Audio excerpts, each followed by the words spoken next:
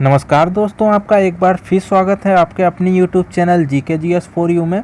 दोस्तों वीडियो के अंदर मैं आपके लिए लेकर आया हूं मैथमेटिक्स के क्वेश्चन।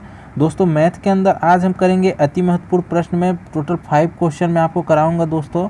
और इन 5 क्वेश्चन में दोस्तों डिफरेंट टाइप्स के क्वेश्चन है। जैसा कि आपको मालूम है, आपको प्रीवियस कई वीडियोस से मैं आपको मैथमेटिक्स के लगभग हर एक टॉपिक जो जितने आपके रखे जाते हैं एग्ज़ाम के दृष्टि से, उनसे मैं महत्वपूर्ण जो क्वेश्चन बन सकते हैं तो बिट ट्रिक के माध्यम से कैसे वो क्वेश्चन आप सॉल्व करेंगे एग्जाम में, वो आपको पैटर्न में देने का प्रयास कर रहा हूं।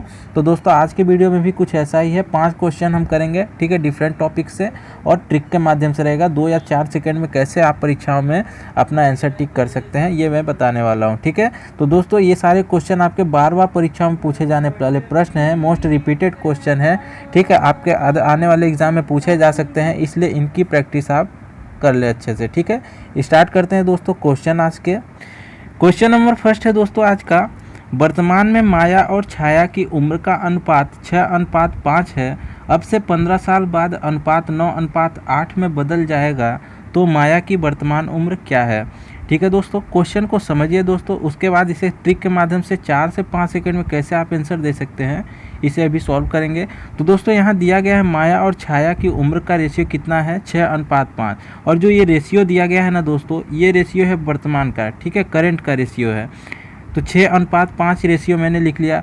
अभी दोस्तों करना क्या है, अब से 15 साल बाद कह रहा है अनुपात कितने में चेंज हो रहा है, 9:8 में। तो 9:8 आप इसे लिख लीजिए। तो 9:8 में चेंज हो रहा है कौन सा अनुपात, 6:5, ठीक है।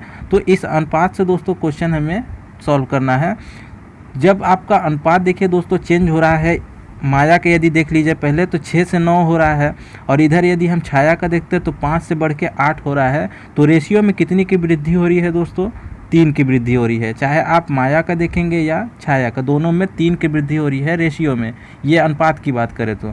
लेकिन यदि हम क्वेश्चन के अकॉर्डिंग देखा जाए दोस्तों, तो 15 साल बाद कह रहा है, तो एक्चुअल जो उसके आयु में, दोनों के आयु में वृद्धि हो रही है, कितने वर्षों की हो रही है दोस्तों, 15 वर्षों की दोनों का आयु में वृद्धि हो रही है। और रेशियो में बात करें तो 3 रेशियो की, तो 3 रेशियो बराबर हो जाएगा दोस्तों 15 के, ठीक है। तो 3 रेशियो जब 15 के बराबर है तो 1 रेशियो की वैल्यू कितनी आ जाएगी दोस्तों, 3 से डिवाइड चला जाएगा, तो 15 को काट दीजिए, 3 × 5 = 15 आ जाएगा, ठीक है। 5 आपका आ गया। 1 रेशियो की वैल्यू कितनी आ गई दोस्तों, 5 आ गई। तो आप जब 1 रेशियो की वैल्यू 5 है दोस्तों, हमें निकालना क्या है, माया की वर्तमान उम्र। और माया की वर्तमान उम्र का अनुपात आप देख लीजिए कितना दिया हुआ है, 6 दिया हुआ है, ठीक है। 6:5 हमने 5 लिखा था पहले ही, तो 6 है माया की वर्तमान उम्र का। तो 1 जब 5 के बराबर है तो 6 कितने के बराबर होगा दोस्तों, गुणा कर दीजिए सिंपली। तो 5 का कितना हो जाएगा, 30 हो जाएगा, ठीक है। तो वर्तमान में माया की उम्र कितनी है, 30 वर्ष। कौन सा ऑप्शन राइट हो रहा है, ऑप्शन नंबर बी। तो दोस्तों इस प्रकार से आप सिंपली कम से कम 4 से 5 सेकेंड में ये क्वेश्चन सॉल्व कर सकते हैं, ठीक है। और डेफिनेटली मैं बता दूं ऐसे क्वेश्चन आपके एग्जाम में बनेंगे और पूछे जाएंगे, ठीक है। तो इनकी प्रैक्टिस आप कर लीजिए। नेक्स्ट क्वेश्चन देखते हैं दोस्तों। क्वेश्चन नंबर 2 है, एक चोर 12 बजे एक कार चुराकर 60 किलोमीटर प्रति घंटा की चाल से भागता है। चोरी का पता 3 बजे चलने पर उसका पीछा 80 किलोमीटर प्रति घंटे की चाल से किया जाता है, ठीक है। कितने घंटे बाद वह पकड़ लिया जाएगा, यह क्वेश्चन पूछा जा रहा है, ठीक है। दोनों के बीच में मतलब वही डिफरेंस पूछ रहा है आपसे घंटे का, कि कितने समय में वो पकड़ा जाएगा। दोस्तों यहाँ यदि हम क्वेश्चन के अकॉर्डिंग समझिए तो एक चोर कितने बजे चल रहा है दोस्तों, 12 बजे, ठीक है, 12 बजे चल रहा है, और वह कार चुरा के 60 किलोमीटर प्रति घंटा की उसकी स्पीड है, ठीक है। 60 किलोमीटर पर आवर हमने लिख लिया दोस्तों। 60 किलोमीटर पर आवर की स्पीड है, 12 बजे वो चल रहा है। और फिर क्या होता है, देखिए यहाँ 12 से लेकर 3 बजे फिर क्या होता है, 3 बजे उसका पीछा करना मान लीजिए पुलिस शुरू करती है।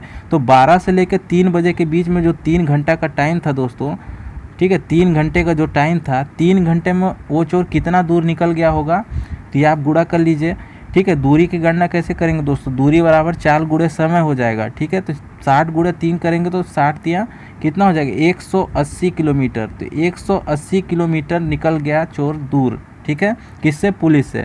अब 3 बजे क्या होता है, पुलिस चलना शुरू करती है। समझिए दोस्तों 3 बजे पुलिस चलना शुरू करती है, तो 180 किलोमीटर तो भाग गया है चोर पहले से ही। तो इस 180 किलोमीटर को इस 180 किलोमीटर को जो पुलिस है कितने समय में तय कर लेगी, क्योंकि उसकी स्पीड पुलिस की कितनी है 80 किलोमीटर पर प्रति घंटा। ठीक है, तो वो तेज़ एवरेज से चलेगा तो उसे प्राप्त कर लेगा, क्योंकि पकड़ लेगा, क्योंकि उसका 60 किलोमीटर प्रति घंटा और इसका स्पीड कितनी है 80 किलोमीटर प्रति घंटा। तो दोनों के बीच में डिफरेंस कितना है दोस्तों, कितने स्पीड का है, कितना अंतर जा रहा है स्पीड में, 20 किलोमीटर का अंतर जा रहा है, 20 किलोमीटर प्रति घंटा।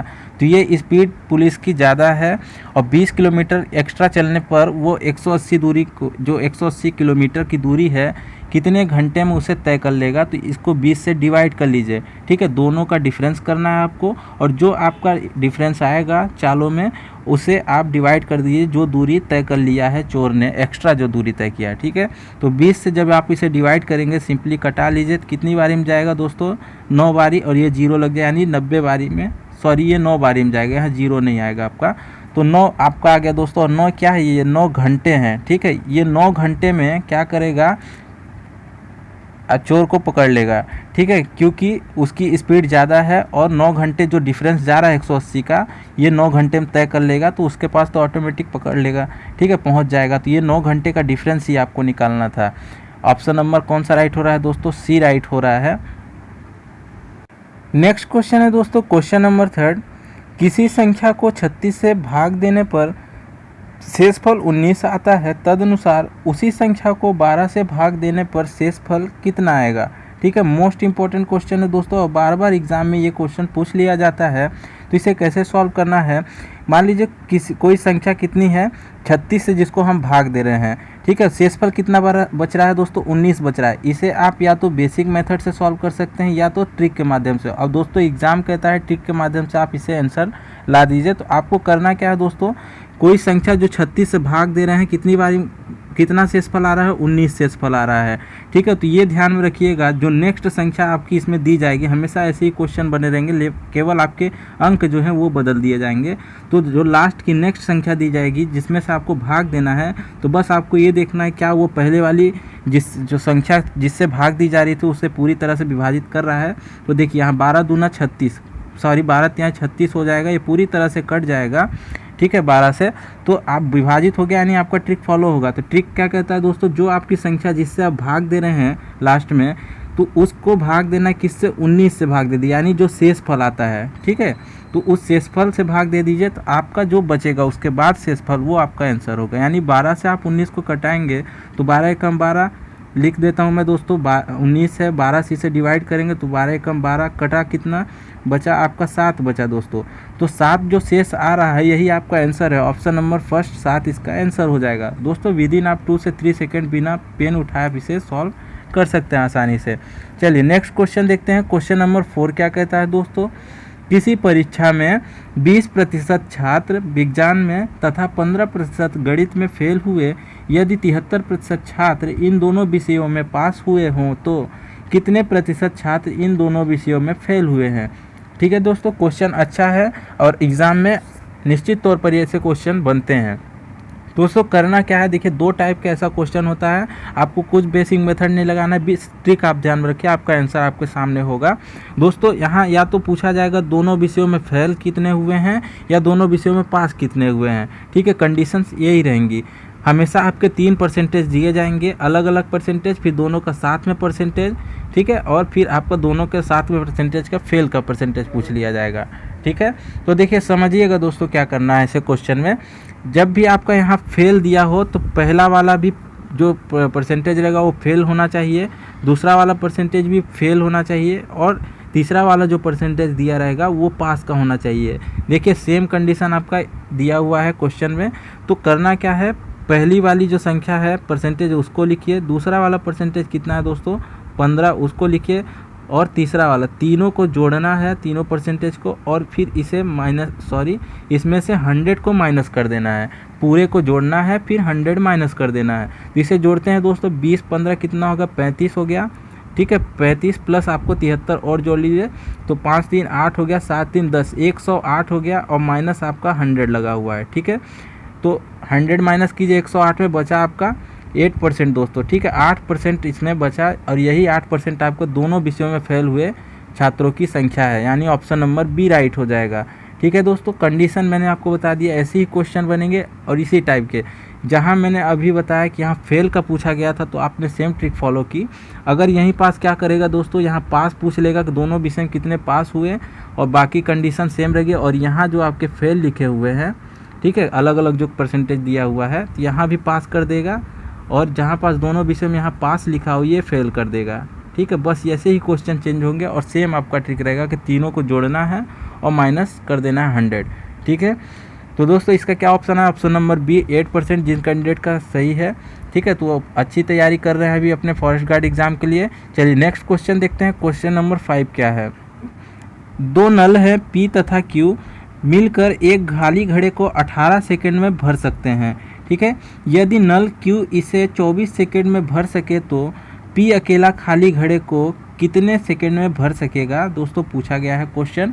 और अच्छा क्वेश्चन है दोस्तों, ऐसे ही क्वेश्चन आपके एग्जाम में आपको देखने को मिलेंगे। इनकी जितनी प्रैक्टिस आप करेंगे, जितने प्रॉब्लम्स आप सॉल्व करेंगे, आपके लिए ही अच्छा रहेगा। ठीक है, तो देखिए दोस्तों, इसे फुल ट्रिक के साथ आप कैसे कर सकते हैं, क्योंकि इसका फर्स्ट मेथड तो एलसीएम मेथड जो मैं लगातार आपको प्रीवियस वीडियो से बता रहा हूँ, प्रीवियस सेट से, तो वो मेथड आप देख सकते हैं प्रीवियस वीडियो में। लेकिन इसमें कुछ एक्स्ट्रा ट्रिक आपको बता रहा हूँ दोस्तों कि विदिन 3 to 5 सेकंड आप कैसे आंसर ला सकते हैं। देखिए, जब भी दोस्तों आपका ऐसा क्वेश्चन है जहां दो पर्सन दो कोई भी थिंग मिलकर एक काम को करते हैं कुछ समय में, ठीक है, जैसे यहाँ P तथा Q मिलकर एक काम को कर रहे हैं 18 सेकंड में कर रहे हैं। ठीक है, फिर कोई एक पर्सन उसमें से अकेला काम को पूरे काम को करता हो कुछ सेकंड में, और फिर दूसरे का पूछ लिया जाए कि दूसरा पर्सन उसी काम को कितने समय में करेगा। तो आपको करना क्या है दोस्तों, simply x y divided by x minus y, x minus y ही नहीं, केवल यहाँ आप ये ध्यान में रखिए कि दोनों के बीच में डिफरेंस। ठीक है, तो सॉल्व कैसे होगा दोस्तों, एक्स मान लीजिए P के समय को, ठीक है, और बाई B तथा Q दोनों के समय को, और वाई जो रहेगा वो जो अकेला काम करेगा उसके समय को। ठीक है, जैसे यहाँ एक्स मान लीजिए 18 को, ठीक है, Q जो है इसे मान लीजिए, Q का जो समय लग रहा है 24, इसे मान लीजिए वाई। नीचे आपको दोनों के बीच में डिफरेंस दोस्तों, जरूरी नहीं कि एक्स माइनस वाई हो, वाई माइनस एक्स भी हो सकता है, इसलिए मैं कह रहा हूँ डिफरेंस दोनों के बीच में हो। तो 18 और 24 के बीच में डिफरेंस कितना है दोस्तों, 6 का डिफरेंस है। ठीक है, बस इसे सॉल्व कर लीजिए, आपका आंसर आपके पास होगा दोस्तों। 6 से कट जाएगा 18, 6 त्रिका 18 कट जाएगा, 24 से 3 को गुणा कर लीजिए, 24 यहाँ हो जाएगा 72। ठीक है, तो दोस्तों 72 सेकेंड लगेगा, 72 सेकेंड लगेगा किसे, अकेला P को भरने में घड़े को। ठीक है, तो आसानी से दोस्तों आप इस ट्रिक के माध्यम से सॉल्व कर सकते हैं। लेकिन ये ट्रिक तभी फॉलो होगी जब आपकी कंडीशन ऐसी हो, ऐसा होगा मतलब दोस्तों जब दो पर्सन मिलकर एक काम को कुछ समय में करे, फिर उन्हीं दो पर्सन में एक पर्सन पूरा काम को कुछ समय में करे, दूसरे का फिर पूछ लिया जाए कि दूसरा जो पर्सन अकेला है वो कितने समय में काम करेगा, तब आपको ये ट्रिक लगानी है और आप विदिन 3 to 5 सेकंड बिना पेन उठाए ये क्वेश्चन सॉल्व कर सकते हैं। तो दोस्तों आज आपके 5 अति महत्वपूर्ण प्रश्न थे। कैसा लगा आप कमेंट बॉक्स में ज़रूर बताइए। दोस्तों मिलते हैं नए पार्ट में कुछ नए क्वेश्चंस के साथ, तब तक के लिए जय हिंद।